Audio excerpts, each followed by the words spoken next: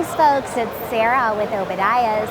Today I have featured here the Heco 320. This is going to be their brand new cook stove, super unique because it's going to be a stacked model. Today I want to show you guys the damper controls on this particular 320 model. Here you're going to have your bypass for the oven, and then your top damper control here is going to be your air wash. I hope that you guys found this overview helpful on the brand new DS320 model. Again, this is brand new. They are currently working on the UL testing, so it'll likely be fall or winter of 2024 before this model is available. As you can see here, they have it nicely framed into these cabinets. This is still being put through testing right now, but it is their goal to just have this unit zero clearance without any additional panels.